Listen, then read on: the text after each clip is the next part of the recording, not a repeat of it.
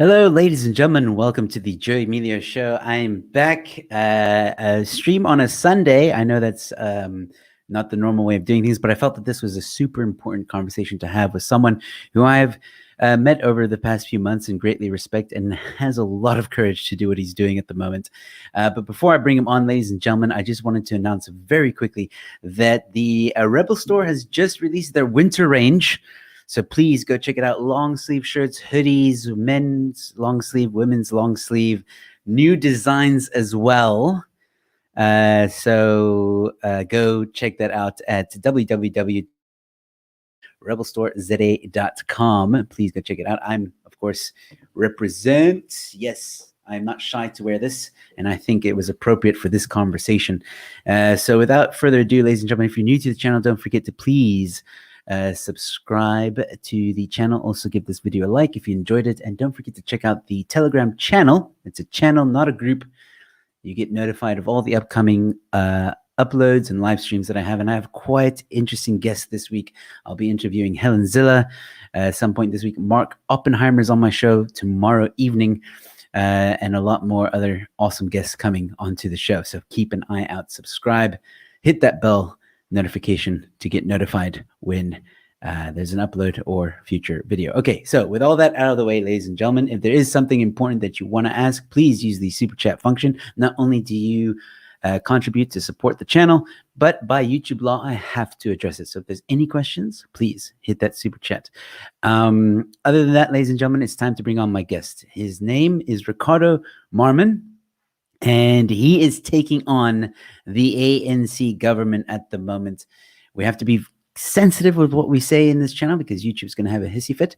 But if you have checked out one of my videos, South Africa, Cyril, we want answers, which has gotten over 50,000 views at the moment, you will understand the context. But we'll go through the context at the moment and explain what it is that he's getting up to. So, ladies and gentlemen, please welcome to the show, Ricardo Marman.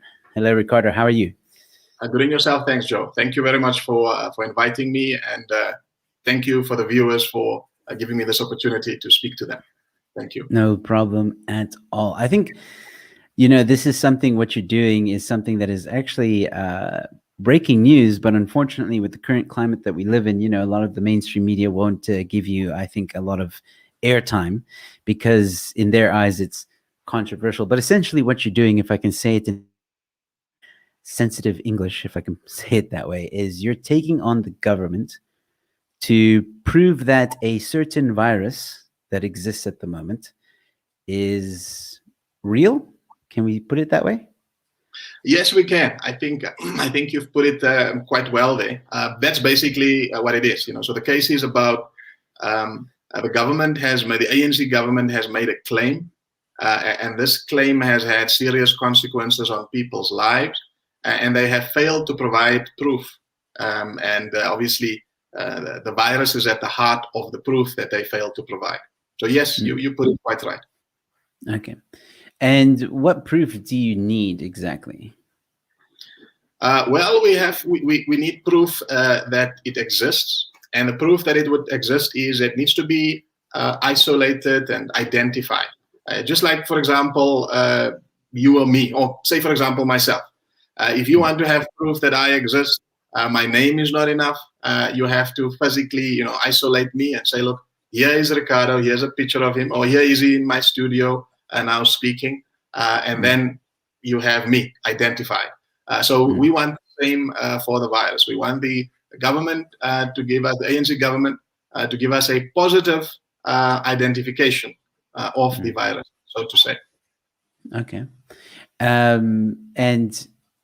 And besides, okay, so let me also say this because I felt this is very important. There's going to be people that are going to watch this and argue, much like I've seen in previous comments of the last video. They're going to argue that, but the virus has been isolated. You don't know what you're talking about. Do you want to address that comment? No, certainly. So say, for example, I'll speak in a South African context. So in South Africa, what happened is I think there is the NCID, so that is the National Council for Infectious Diseases, I think. So they have on their website, they have released a photograph. and they've claimed as well that they have isolated the virus. Now, when as I've explained to you in my introductory explanation here, that if you want to identify me, you have to separate me from other people. Okay, you have to separate me from other people so that I can then be positively observed, and then either you have some other characteristic of mine, my fingerprint, or something else that you can match to me, and then you say, this is Ricardo. Now, the same process needs to be done for the virus. Now, remember, this is a court of law that we're taking this matter into. So the same process of identification needs to be done. So if you look at the NCID, what they have done, or what they describe that they have taken the said virus and they have mixed it with other cells. So they've called it a culture. And they actually use quite, in my view, deceptive words. They're using the words culture, isolate. Okay? So you have here connotation of isolation or separation, but a culture means the opposite of that. A culture means a mixture of biological organisms or cells, etc. So what they, in their description on the NCID of isolation, it does not fit the bill. They have not separated the virus so that the virus can then be uniquely identified. So that's the first issue. The other known description of a isolation of the virus is, I think, a gentleman doing his PhD, or he already has a PhD, but he sort of was responsible for the isolation of the variant, the unique South African variant, as they say. Now, in his description as well of how he has isolated the South African variant, he describes, I might get the order of this wrong, but both of these two things are there. So he describes in one instance, he took a sample of the virus from someone, I suppose, that has tested positive for the virus. And this person was, obviously, they used the testing method that is also controversial there. And he took the sample and he put the sample into the kidney cells, I think monkey kidney cells, in order to perform an isolation. Now, as you can see, you're mixing things up here. If you're mixing it with the monkey kidney cells, you are not separating something for it to be uniquely identified. He says, anyways, so one of these procedures, I think the procedure of taking this virus and putting it, the sample, not the virus, taking a sample of someone who has tested positive and putting it into the monkey kidney cells. And he says this procedure did not arrive at the isolation of the virus. So a thought came to mind, he said, that he needed maybe human cells. And so they used other human cells plus the sample that he has obtained from a person testing positive, mixed it up, and voila, there he says now he's isolated the virus. So these are the two descriptions that you find of how the virus has been isolated, at least in South Africa. You find, unfortunately, similar descriptions around the world. Now, in my definition, and I think in any logical person's definition, and certainly I believe in a legal definition, that is not how you're going to have a positive identification of this virus. Because if you say that mixture that you made, how do we know where does one thing end and one thing begin when you mix things up like that? And then when you have reactions in this, how do we know the reaction is not caused by the other cells that you mix with this? So what I'm saying is, of course, if what I've just described to you does not qualify as isolation, and therefore, for the reasons that I've explained to you, and therefore it's not sufficient. And that is why we are going to court, because that is the only public information of the virus that is there, and that is not conclusive, not by any stretch of the imagination.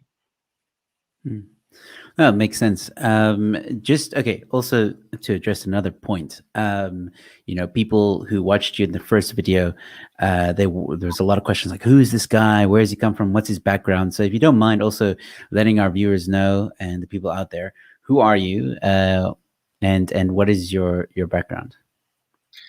Yeah, obviously, I don't like to discuss myself too much. It's a bit bordering on pride, I believe. But anyways, I am Ricardo Marman, and I'm a South African citizen. I have some education background in international or geopolitics, and that is why I was concerned about what's happening, because this is a global event that we have here. So I wanted to now look carefully at the global event.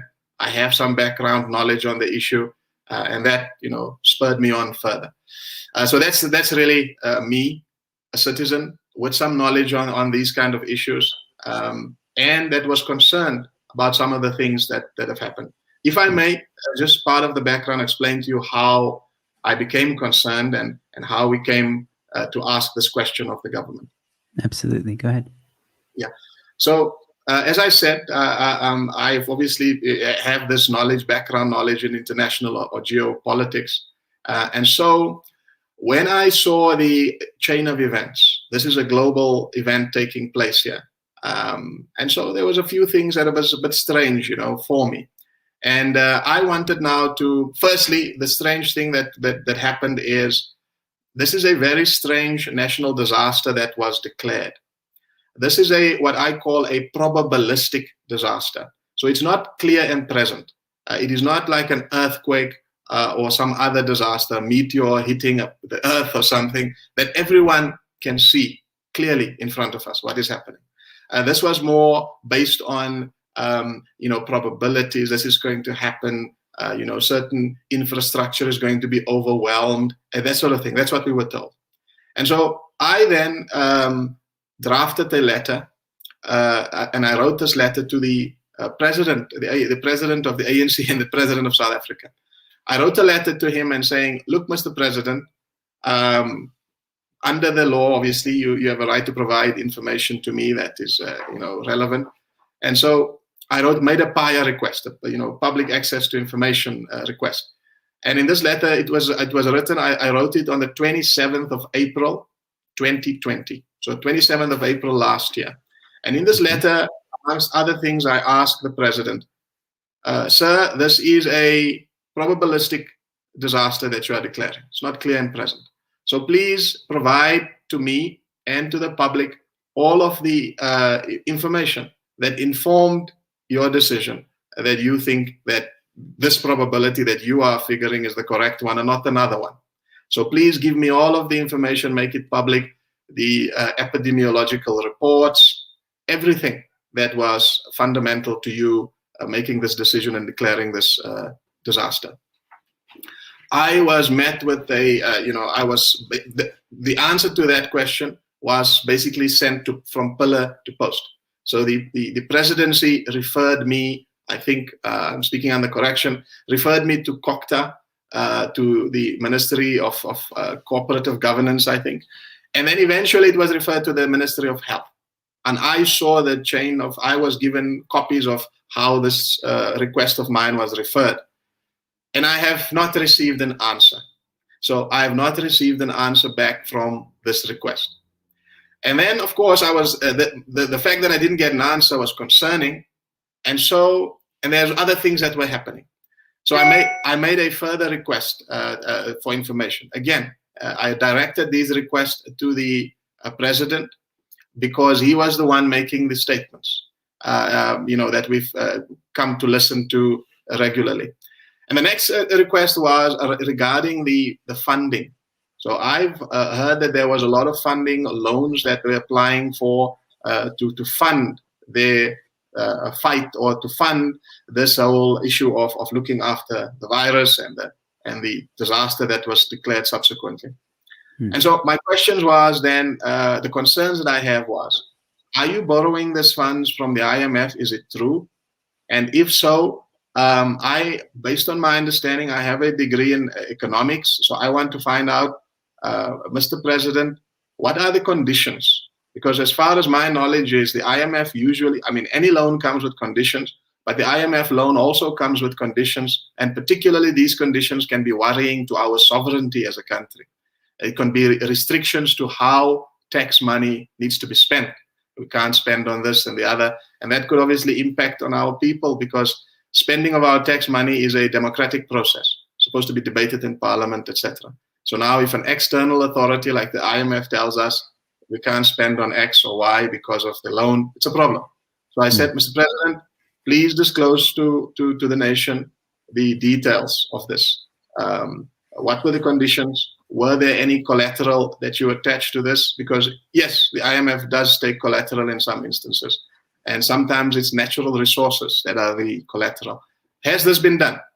And the response that I got again was worrying. The presidency referred me to the Treasury and to the finance department. Now, the worrying thing about these constant transfers is that the president made the statements. He made the announcements about the loans.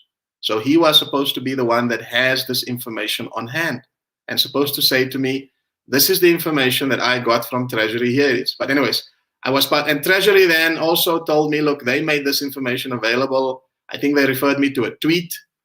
They referred me to that to their website, etc. And that's where the matter ended. And then I made another request for information. And this request for information pertained to the World Health Organization. I hope I can say that here. So that pertained to them. And it pertained to Gates as well. I asked, one letter, two sets of questions, one pertaining to the World Health Organization and the other to Gates.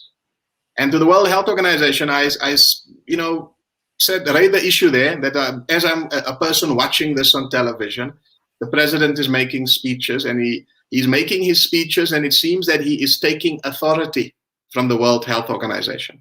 We are doing this and the other because the World Health Organization said so, etc.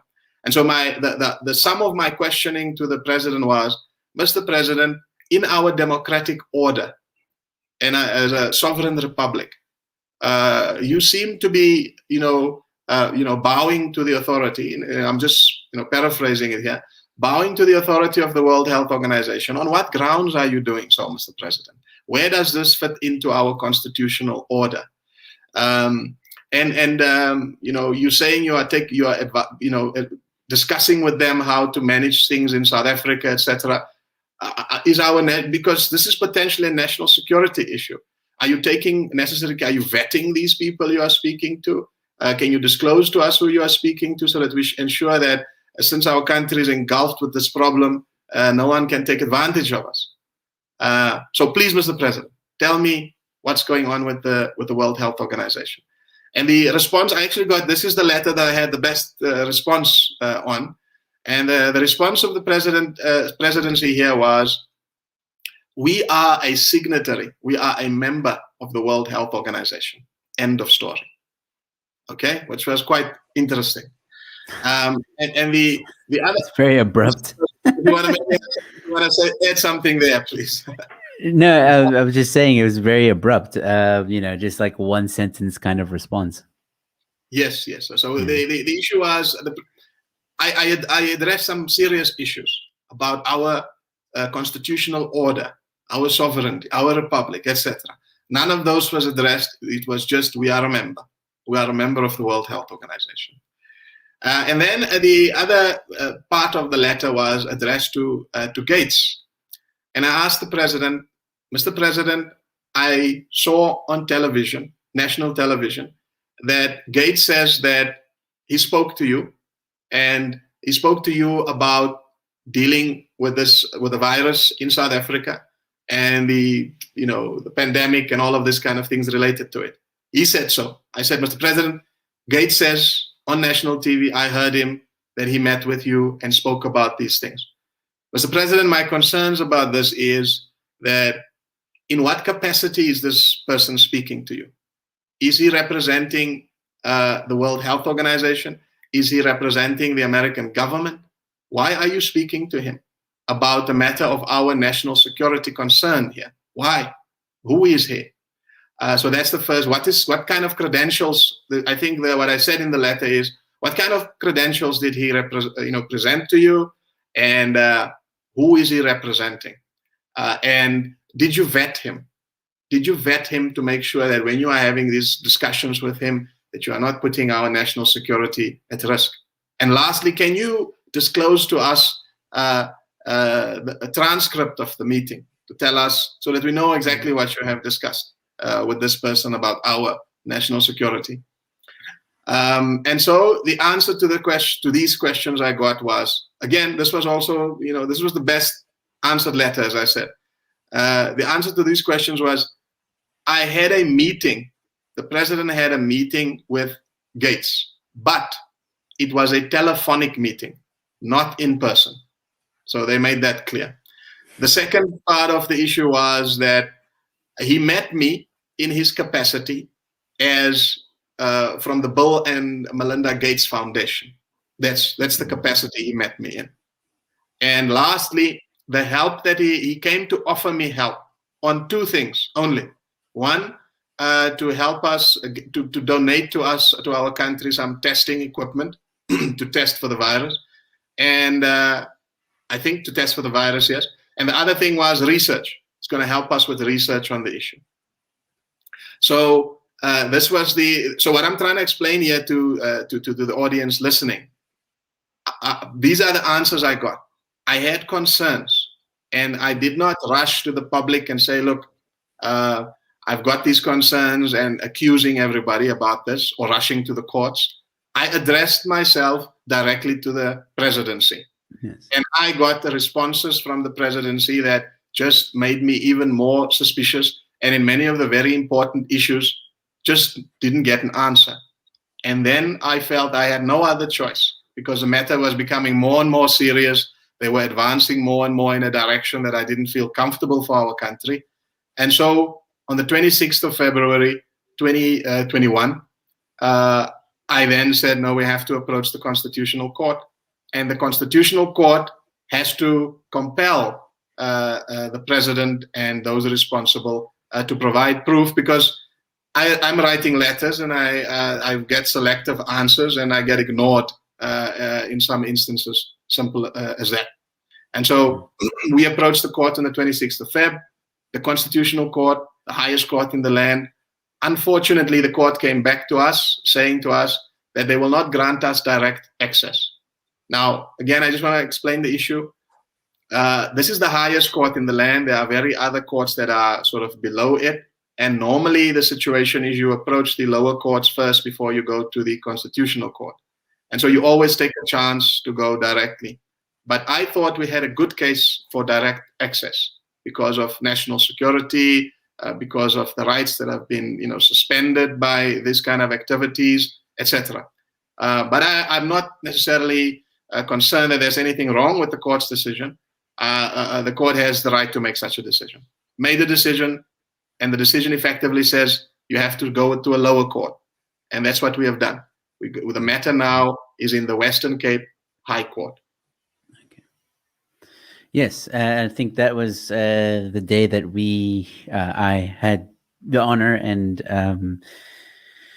to record you guys when you sent the email to the Constitutional Court. It was that day, and yeah, just asking for proof, like you said, and getting the government to be more, as you've described now, open with what's going on in South Africa with regards to the virus. Ricardo, at the same time, I feel like I have to ask this because there will be people that will ask this. Do you know Cyril on a personal level? Have you ever met him before in any kind of meetings? Do you rub shoulders with politicians on a daily basis? Is there anything that would,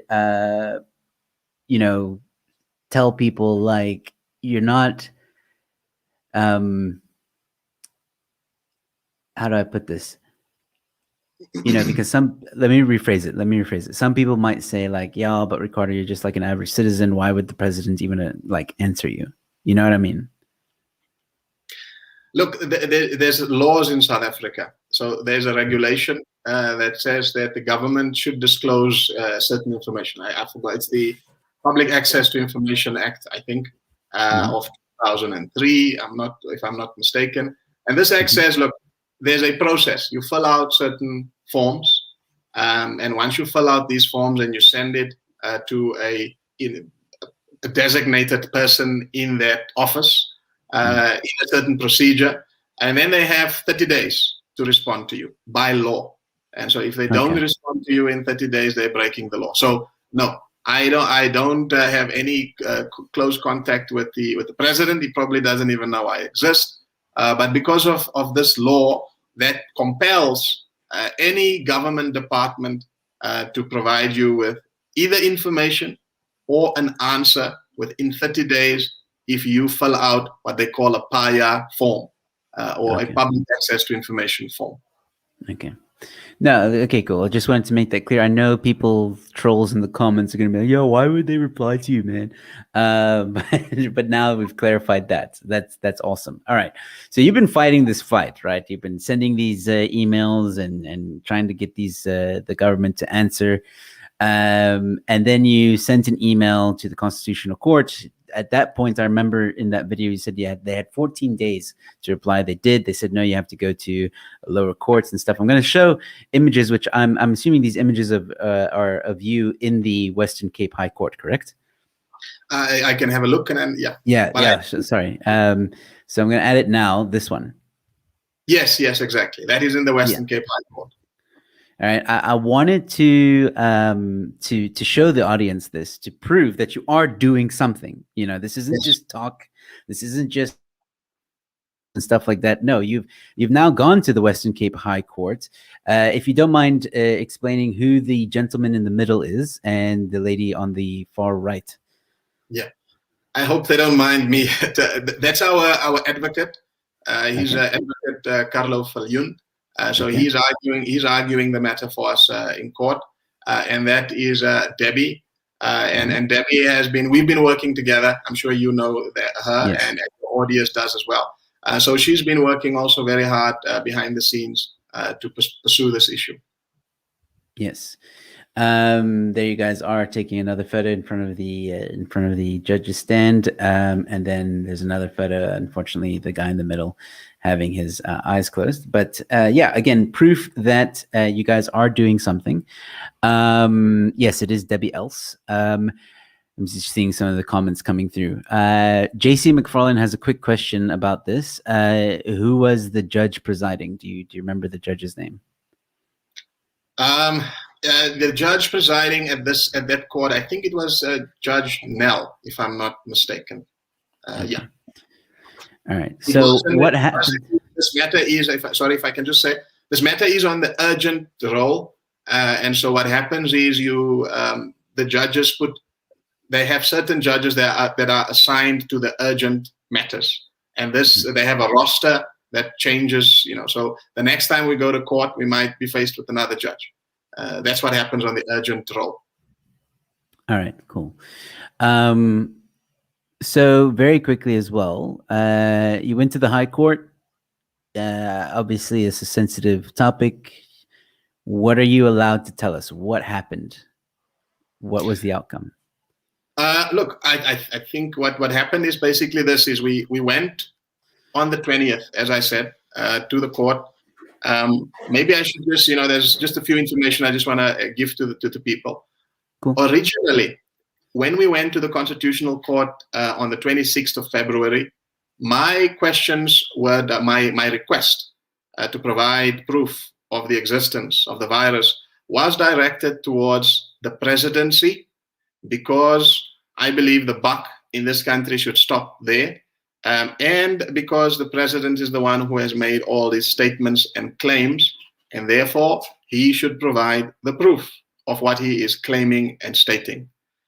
Unfortunately, in the situation that we are in, that because of the national disaster that has been declared, the Minister of Kokta, Dlamini Zuma, is also a de facto president in the country. She's, because of the national situation, and because of her authority arising from this.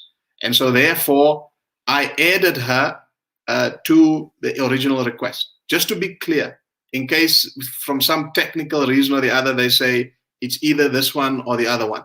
So both of them were included in the original application to the Constitutional Court.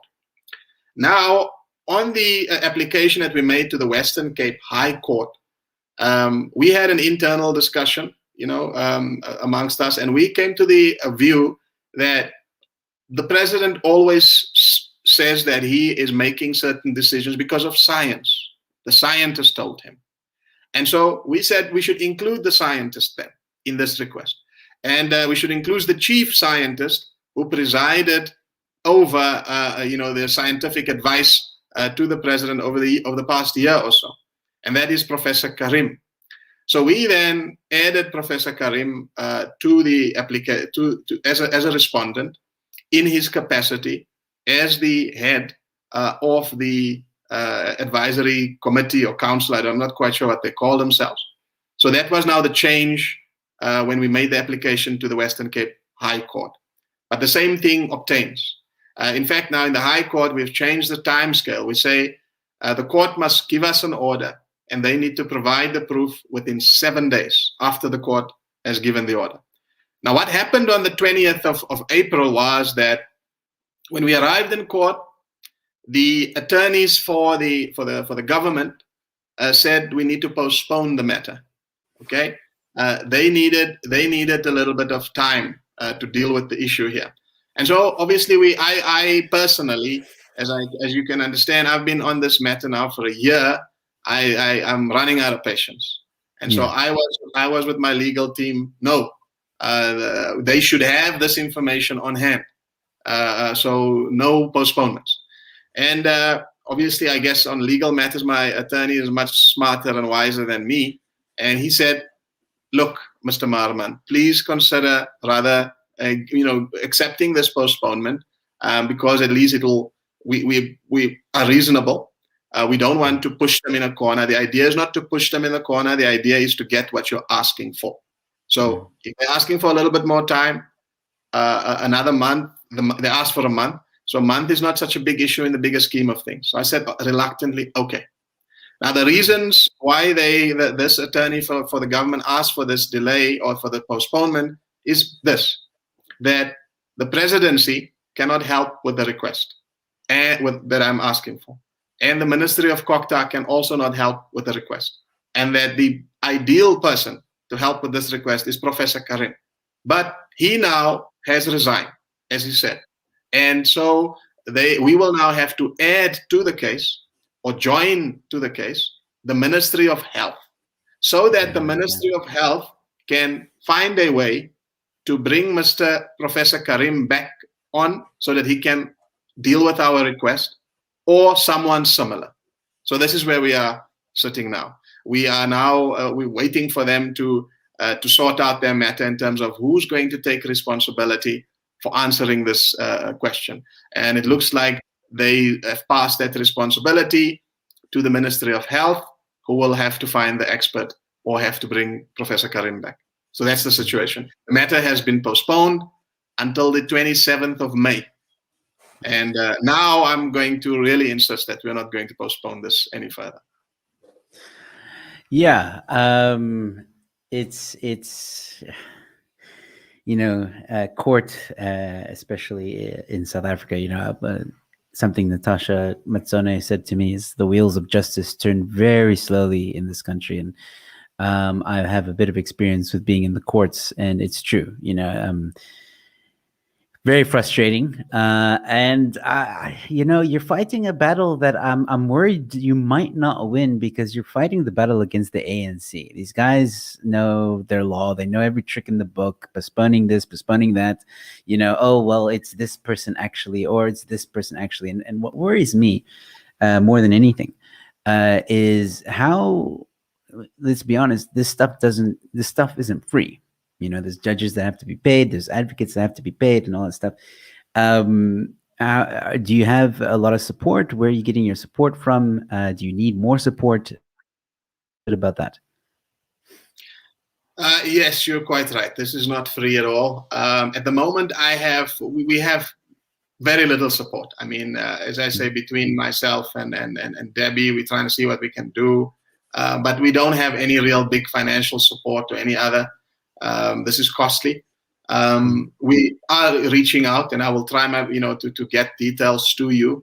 We didn't envisage things would be this difficult for us to get this proof. And so we haven't really gone and put up all this infrastructure and all of that kind of stuff to raise funds and all that.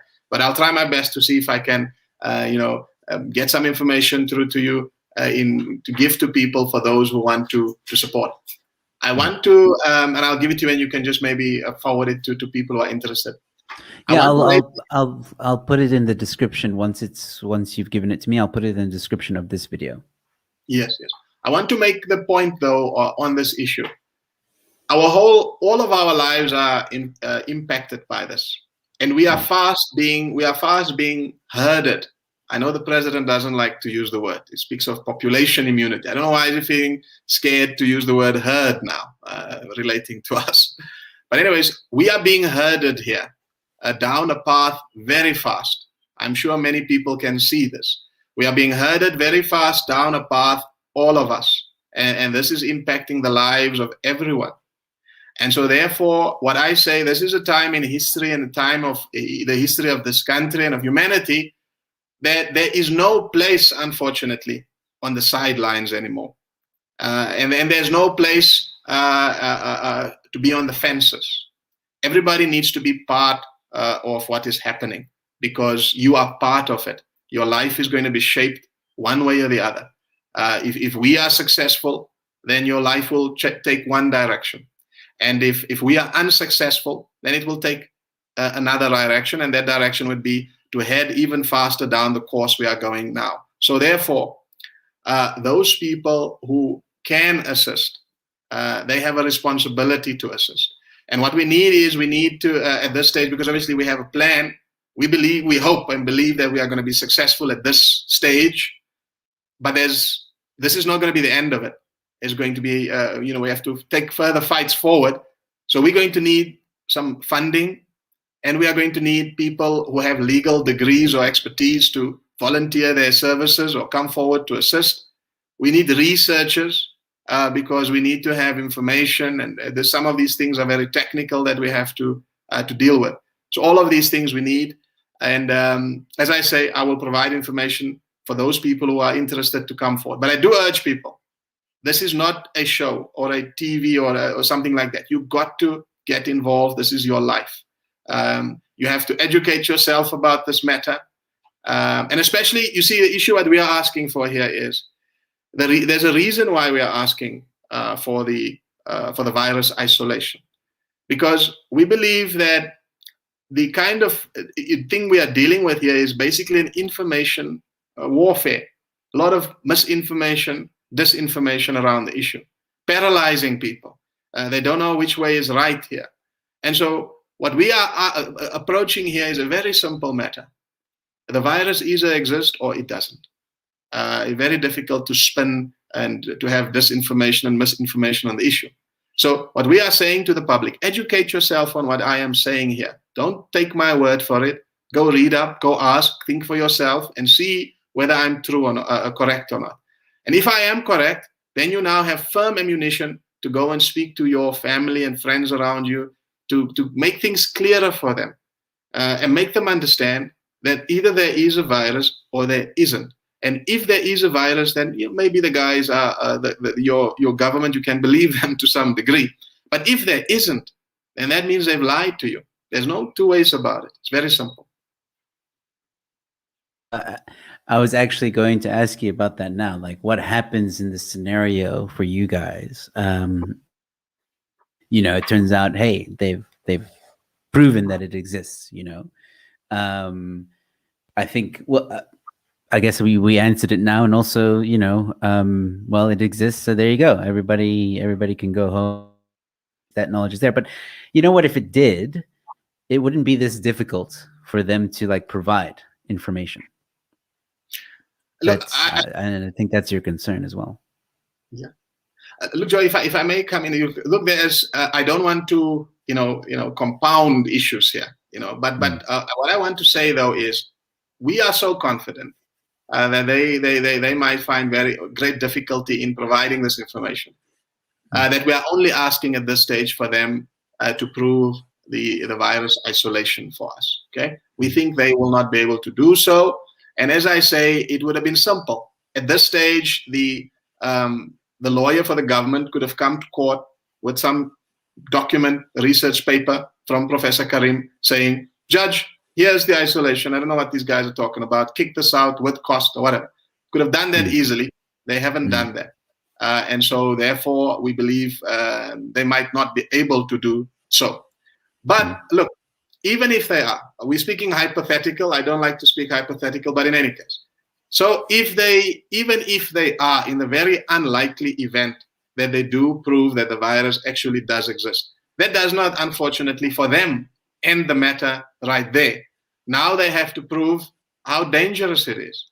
So if we make the analogy of murder, if you want to call it, yes, you can identify the suspect, positive identification. It was him.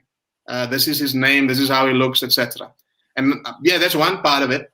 The next part of it is you have to prove that you can actually directly link him to the murder. And so that's the other issue here. So yes, they bringing up, even if they do answer the first question, you still have a problem of the second question. But the thing is this, Joe, is that I am very doubtful of these people's capacity to be able to do any of what we are asking for. Because an honest and sincere government would have provided this proof at the very same time that they make the claim. They would have done that. I would have done that. If I come to the South African people and I tell them, I'm going to suspend all your rights, I'm going to cripple your economy, I'm going to do all these kind of things to you, then I would have volunteered to them the proof of the virus from the very beginning. I would have made it public. I would have made sure everybody can see and understand the danger that we face. Now you are deceiving the people here. You are deceiving the people on so many levels, on two levels at least that I'll mention here, if I can just mention that quickly. The one level is most South Africans are not aware that we basically have one, a President Ramaphosa elected by Parliament, and number two, a de facto president who's acting effectively as a president because of the national disaster that has been declared in the form of Dlamini Zuma.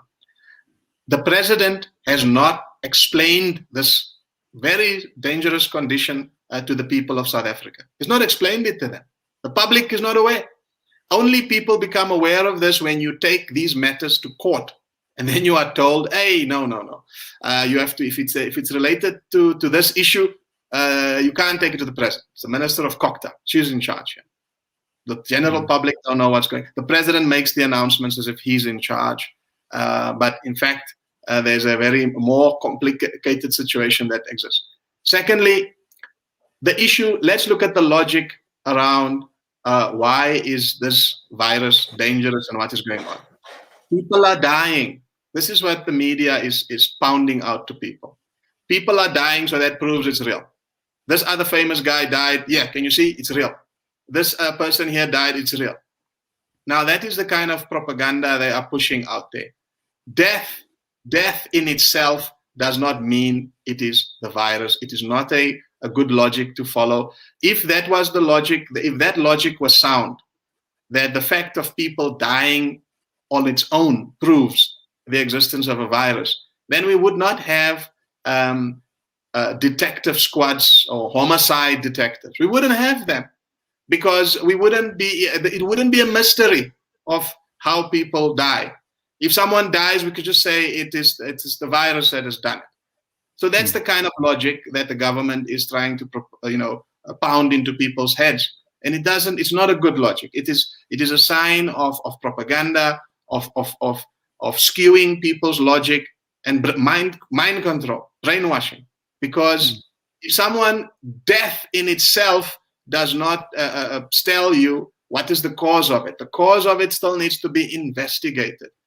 We've got whole infrastructures in every country to show you that the human being can die of many things, and therefore an autopsy should be done. Therefore, we have coroners. We have to have detectives, homicide detectives, trained in finding out what is the thing that killed people. And so when you find a situation where very smart and intelligent people come to you and say, the virus must exist because people die, or this thing must be real because people die, it is a clear evidence of how people have been brainwashed by this. Because The cause of death is not so easy to explain. Human beings die of, unfortunately, many, many different causes. Yes. I agree with you there. I think it's just fear mongering. In the past 3 days, we've seen headlines of the third wave is coming, and the fear mongering begins again. Just the one article I read said South African government rather thinking of implementing more stricter lockdown and they used India as an excuse. Like they're saying India's cases are rising, so we don't want to get to that third wave and blah blah blah. But anyway, it's all the fear mongering going on. Something I wanted to track back to very quickly. The 27th of May is your next court date. Would you like people, for those of who might be watching this, to support you in terms of coming out to the Western Cape High Court, protesting or at least vocalizing or making themselves heard as well? That would be fantastic. I think that would be a good idea. Of course, as I say, this is a urgent court matter, so you might as well put aside quite a bit of your day so that you could be there. So we will not exactly know when the judge is going to hear our case, but on the 27th. It would be fantastic. It would be fantastic if people can come to court and show their support and also demonstrate to the judge and to everybody this is important. But I want to explain, in line of that importance and encouraging people to do that. You see, the thing is, as I say, there's a claim that has been made. And at the heart of the claim is the virus. If it exists, the claim has some credibility to us. And if there is no virus, then the claim is without any substance. So anything that therefore that relates to the virus has no standing. All of the measures automatically have no standing. This is at the heart of the matter. It is decisive, and it's very difficult for them to back themselves out of this. You mentioned the issue of the courts and that it could be delayed there, for example. Look, it can be. Traditionally, you could do that. But as I say, what delay can there be? You have claimed that you are doing this because of a virus. That is why you are doing this. So you out of your own mouth. And you've been doing this for a year. So you should have the virus at hand. This person is no longer working there. It shouldn't be like that. There should be official record of this virus. There should be official record of how you've done it. And there should be other experts who know how to make a demonstration of this if necessary. There's no excuse. And secondly, you're going to oppose the matter. Okay, you're going to oppose it. So you're going to say you don't want to show the South Africans the proof that you, after the claim that you have made. How are you going to justify that? How are you going to justify that you can make claims in this country without providing proof? And what kind of a judge can uphold that? So what I'm saying is that it's not going to be that easy to maneuver themselves out of this one that easy. The only way they can get out of this one is as soon as possible to show us the virus. That's it. If they can't do that, they're done. Yeah, and I think in essence, there's a lot of people in the comments of the last video who were saying this guy's an idiot. Oh, these are crazy people. They were so quick to throw insults and stuff like that. But here's the thing, though. If you've got nothing to hide, if you are innocent, you happily provide evidence, right? Or proof that you are innocent, for example, right? So you are just essentially saying to the government, okay, cool. You say there's a virus. Show us the proof. It's a simple question, simple request. And if the government's telling the truth, then boom, like you said, the lawyer could have come into the court, said, here's the paper, here it all is, don't know what these people are talking about, boom, and everybody would then be satisfied. But nobody gets concerned with the fact that, wait a second, the government isn't actually responding the way an innocent government would if they had the proof. And I think that should make people think about what is currently going on. And I think it's a great thing that you guys are doing. And I hope that a lot of people will support you. So just very quickly, also allow me to say, for those of you that are watching, please share this far and wide. We've got quite a few people watching. So please share this far and wide. Let people know what Ricardo is doing.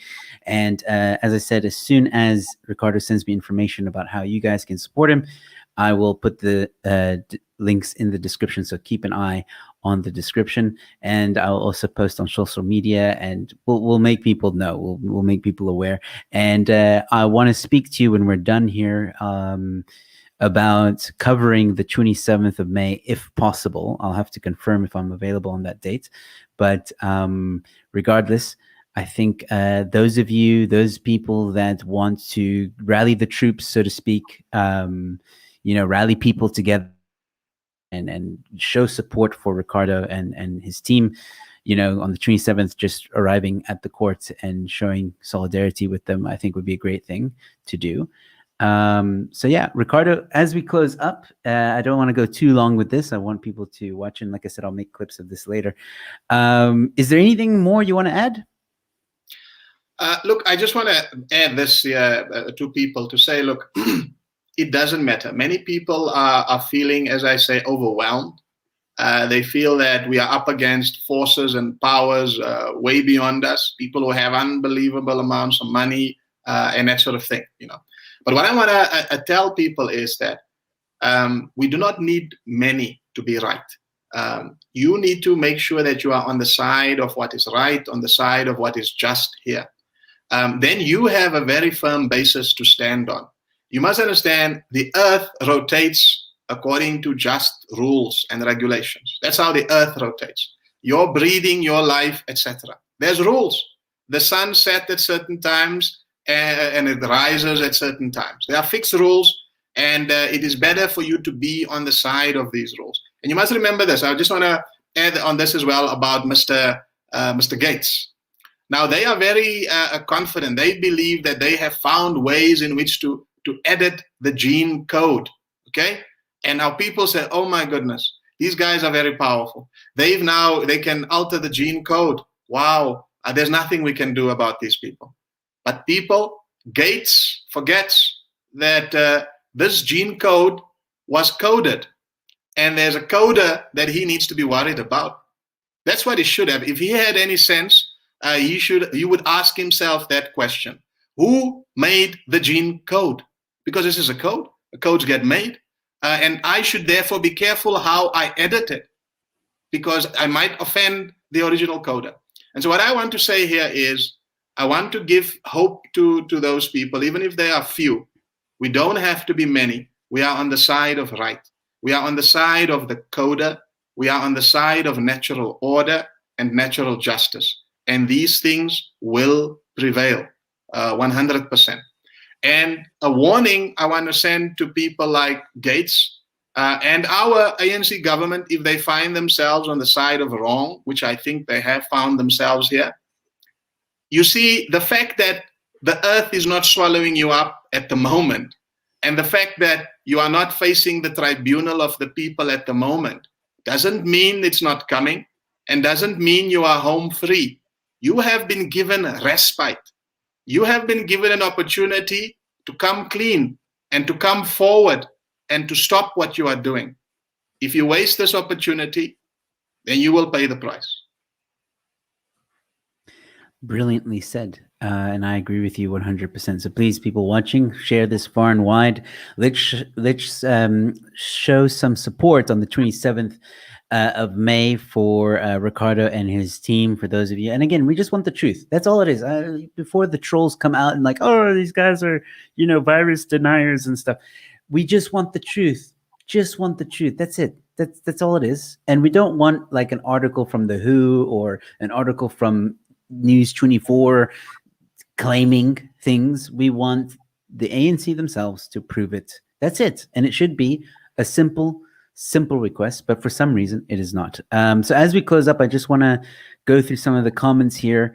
Beth Fraser saying, so thankful for your correct news coverage. Thank you so much, Beth, for tuning in. If you haven't, please subscribe. Christina Pauls saying, thank you for doing this for us, sir. So there's some support there. And where was the other comment I wanted to bring up quickly? Cool. So Lorsaurus saying, if you send me notice of the court date, I can ask the Telegram channels involved in the previous protests if they want to make an event of it. Awesome. We'll see if we can do that. And yeah, a lot of people saying thank you as well. And you're very courageous, and I feel like this was important. There we go. Alina saying, we are so proud of you, Ricardo. Please don't give up ever. So thank you so much, Alina, for that as well. Again, guys, one of the best ways that you can support us right now, or at least support Ricardo in this fight, is just share this video far and wide. Tell people to watch this. I think this is a brilliant discussion on the matter. And so yeah, share it with your friends and family. And like Ricardo said, if anybody disagrees with Ricardo, do your own research. Don't be a zombie and just listen to what the ANC says. 27 years of their reign so far, I don't think they have much of a leg to stand on with some of the infrastructures that have completely failed. So why people still trust them is beyond me. But but there you go. Anyway, Ricardo, I just want to say in closing as well, thank you. Thank you so much. Thank you for coming on to my show. And hopefully I can make it on the 27th of May. I'll be in contact with you about that. But if not, I will definitely have you back on directly after, so that you can keep people updated with what's going on and stuff like that. And if there's anything that develops between now and then, I don't know, whatever it might be, you have my number. You can contact me anytime, and we'll get you on, and you can give us an update. So for those of you who are new to the channel, subscribe if you want more updates. Yeah, once again, Ricardo, thank you very much. Thank you very much, and thank you to your viewers. Cool. Thank you. All right, so I'm gonna drop you off at the moment, but don't go anywhere. I'll give you a proper goodbye once I sign off. Okay. Ladies and gentlemen, that was Ricardo Marman. So there we go. More thank yous coming in from audiences. Thank you, Joe, for having Ricardo here today. Of course, anytime. Like I said, Ricardo's welcome back anytime. So once again, share.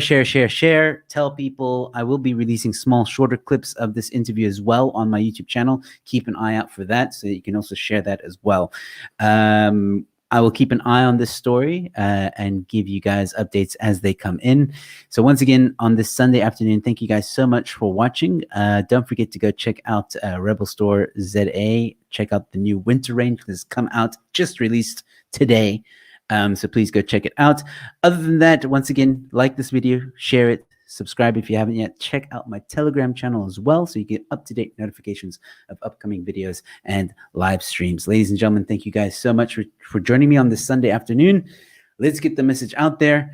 Let's support Ricardo and his team. I will be back tomorrow evening with Mark Oppenheimer discussing free speech and maybe some myths about free speech. Do we really have free speech in today's world? We'll discuss that, and perhaps a lot more. So please join me then. If I don't see you then, stay safe, be kind to one another, and I'll see you at the next one.